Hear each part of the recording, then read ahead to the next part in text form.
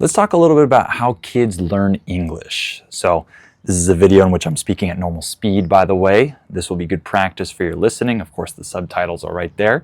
So hopefully you can follow along as I'm talking about this.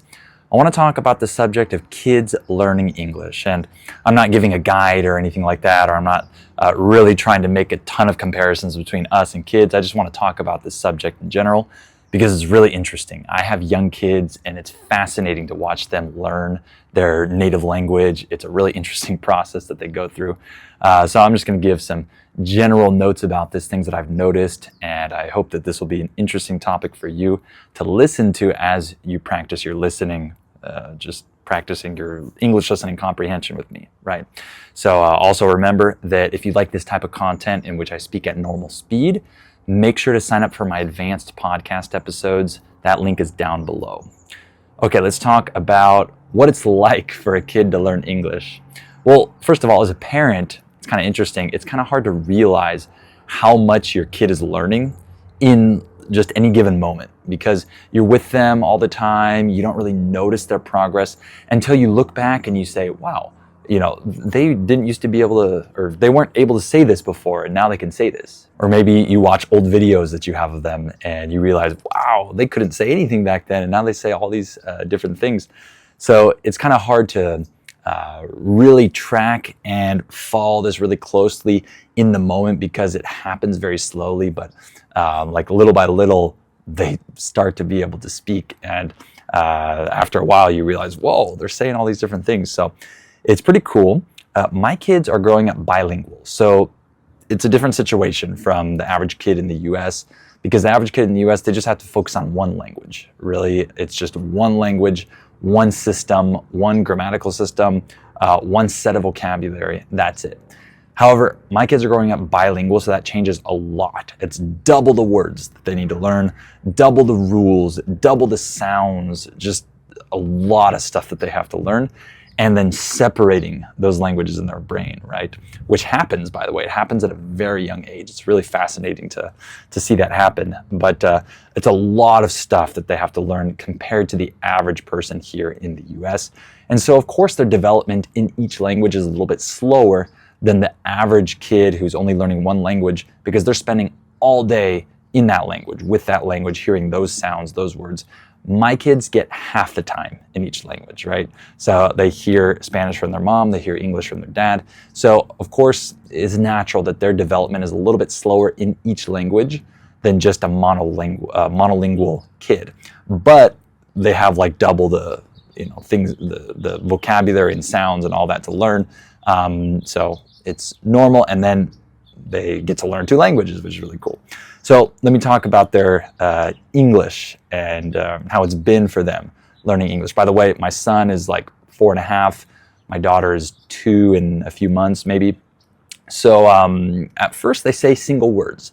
At first it's not even like proper sounds for that word, but you can tell they're saying a certain word. Like I remember my daughter would always say ka instead of car, right? She wouldn't make the R sound. She would just say ka whenever she'd have like a little toy car or whatever.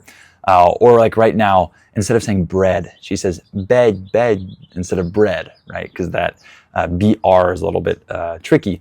The easiest type of sound for them to make is just like one consonant, one vowel. So like ka, da, ma, right? Those are the easiest sounds for kids to make, where it's just like they start with a consonant and then they end with a vowel, just one sound. That's like typically what you hear at the very beginning. You hear, ma, da, ka, these types of sounds, right? But then these start to become actual words, right? They start to be able to say phone, for example, right? And they'll say one word, right? They'll just say one word here, one word there. And really they're doing a lot of imitation. That's basically how they're speaking. That's how they're saying these words. They hear you say it as the parent, and then they say it, right? And that's kind of a lesson for us, right? If kids learn their first language like that, obviously, it's something that we can relate to as second language learners. Like we're really just imitating what we hear, right? It's not like there's some really complex secret code to learning words, right? At the end of the day, if you hear someone say a word many times and you repeat it you're eventually going to know that word, right? So that's how it works with little kids as well. Their sounds start to become better over time as well, so they can actually say the word clearly. Like my daughter 4 or 5 months ago, a lot of her words were like not properly said. Like we knew what she was saying, but it wasn't well formed. Whereas like now, a lot of her words are well formed. Like it's very clear what she's saying. So that's kind of cool. After the one word utterances, of course, they start to say 2 words, these 2-word phrases. So for example, my daughter might say dada shoe, right? So now she's putting together 2 words to create a phrase. Obviously, it's not a correct phrase, right? She should say dada's shoe with the possessive S on the end. But nevertheless, it's a phrase. So it's interesting when the 1-word utterances become 2-word phrases. It's like an exciting thing, and they start to be able to communicate more with that, because now the sentence is like double the length. They can include more information in there, right? Instead of just shoe, it's dada shoe, right? So there's more information encoded into that phrase. So the communication starts to become a little bit more complex. You start to be able to say or just, have conversations, let's say, with them. So that's really cool. Their words continue to become clearer, of course, especially once they're saying 2-word phrases like that. A lot of times their words start to just become clearer, their sounds. And then 3-word utterances, that is like the next step after the 2-word utterances, right? So instead of dad dash shoe, it might be dad dash shoe there, or something like that, right? So now they're putting together these different words, and there's a lot of information in there, but really they're including like mostly nouns, verbs, adjectives, maybe adverbs, like the words that really have a lot of meaning to them, right? So dada, shoe, there, right? However, they're not really including all the prepositions and the articles and things like that that they might need, the possessives and these little grammatical function elements, right? So they're not saying the yet, right? They're not saying, in the house. They might just say like in-house or house or whatever. Like they have to start to develop the ability to put together those little building blocks of like articles and determiners and stuff like that. But as their phrases get longer, after the 2-word, 3-word phase that they're in, then they start to include those little building blocks, those little function words that they weren't able to do, say before. So you can see little by little how their ability to communicate information increases with more words and using different types of words. So that's really cool. Once they have all these building blocks, like my son, for example, right, who is older than my daughter, he has these building blocks, right? He can say the little words that have just more grammatical function meaning rather than like, a noun or a verb or whatever. So once they have these building blocks and they're saying full sentences, they're communicating to you well, they still run into problems, right? They're still young, they're still early on in their linguistic journey, even in their native language.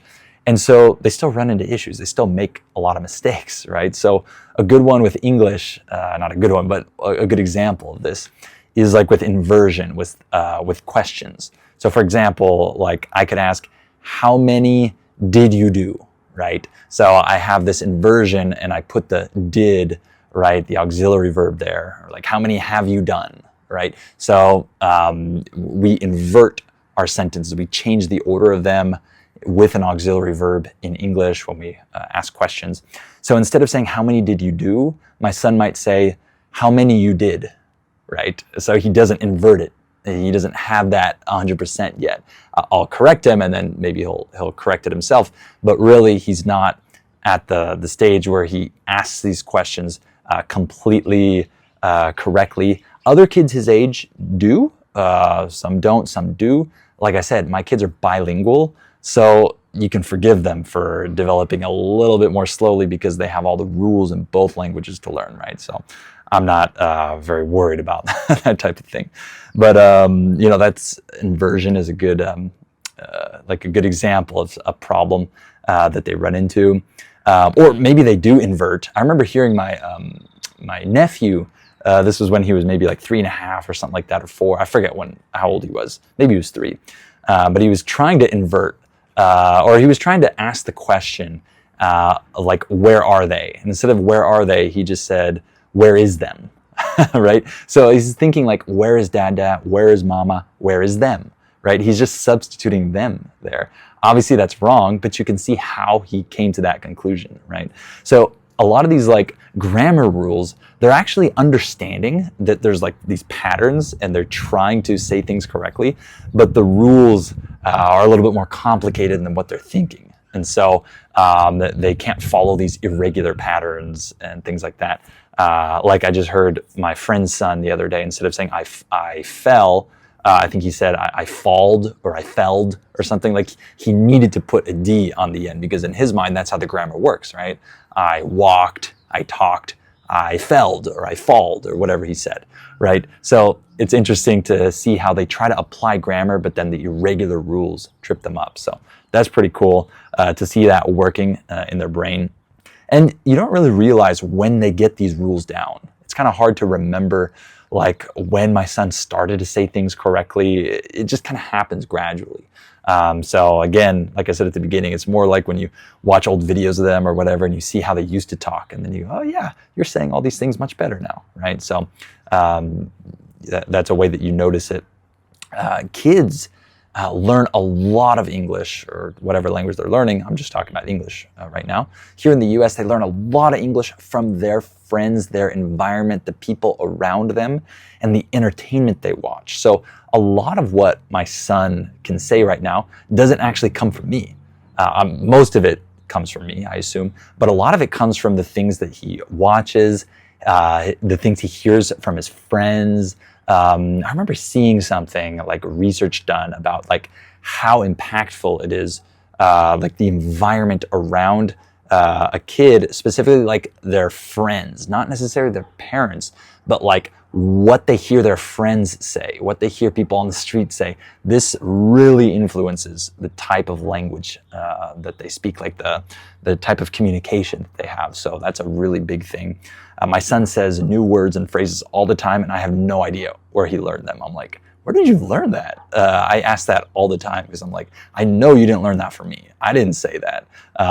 But he saw it somewhere else or whatever. He heard it, and then, he adopted it. So it's startling how many new things they learn from sources that aren't you as the parent. It's pretty interesting. Lastly, I just want to talk about reading. My son is learning to read right now. And for me, it's amazing that young children can learn how to read in English. In other languages, this is not necessarily the case because they're phonetic. Like Spanish, you just learn the sound of every letter, and you can basically learn to read. Like someone who's learning to read as a second language learner in Spanish, they can learn to read pretty quickly because you just have to know the sound of each letter, right? And even if you don't know what the words mean, you can say them, right? Whereas in English, nuh-uh. You probably already know by now, but English, like the way that it's written and the way that it's spoken, is extremely different. And so this system is unbelievably complicated. And so imagine trying to teach this to a 4-year-old, right? You're teaching them the sound of the letter A, but then unfortunately the letter A can be said like 5, 6, 7 different ways, depending on the word, the sounds around it, how reduced it is, how stressed it is, like just its normal sounds. Like they just ask these questions like, well, why is it said like this now? I thought you told me that the A makes this sound. It's super complicated. I feel really bad for kids that are in this process, because it must be so frustrating for them. Like, dang, why is it pronounced like this? You just told me it was like this. Why isn't it like this? Right? Like my son, he has an O in his name that is reduced, right? If you've ever watched my pronunciation seminars or my listening practice seminars, you'll know what I'm talking about when I talk about reduced speech, right? So he has an O in his name that's reduced, and he asked the other day, like, why isn't the O in my name an O sound or an ah sound? And I, of course, didn't really have the ability or he didn't really have the ability to understand when I explained to him about the stress system in English. But it's just super complicated to even explain to a kid why certain letters are pronounced certain ways in certain words. In English, this is just a mess. And so I commend all these kids for learning how to read at a young age because it's really hard. Again, this is not the case in other languages, but in English, it's extremely hard. So, if that's, when you hear me talk about reduction and stuff like that, if you want to learn more about that, make sure to sign up for my membership so you can get my training. You can learn about these things, the schwa sound, why the O is not always pronounced ah or O, but it's pronounced right? Why, right? Why does that schwa sound come about, right? So if you're interested in that, make sure to sign up for my training. Click on the link down below. So a lot of like what they're reading just does not match up to like the sounds that they're learning. And so they just learn to sight read. In other words, you're just learning what the sound of a word is without really paying attention to the individual letters. Like the word the, right? It's not right? That's not how you pronounce that word. It's the. So they just learn to sight read that. Like, okay, every time you see those three letters, it's pronounced the, right? So that's kind of how we learn to read. Eventually, we're not relying on our knowledge of sounds because in English, that doesn't really take you very far, right? So you just learn how to sight read all these, thousands of words. So it's pretty incredible how that happens. And I'm just watching the beginning stages of that with my son right now, and I'm really excited to see this happen. I'm super stoked for him to learn how to read because I'm a big reader. It's one of my greatest passions, hobbies. I love reading. So I really want my son and my daughter, of course, and any of their future kids to be big readers as well. So it's really fun for me to watch them read. But I don't know how they do it. It's like super complicated in English when you're a 4-year-old. Wow, I commend them, and it's exciting, but it's hard. So overall, these are some of the notes that I have about what I've seen from my kids learning to speak English. Wasn't really a guide for you, but it's just kind of like an interesting topic. So much of how they learn is just related to exposure, experience, repetition, imitating, recognizing patterns, even just their desire to want to say certain things, right?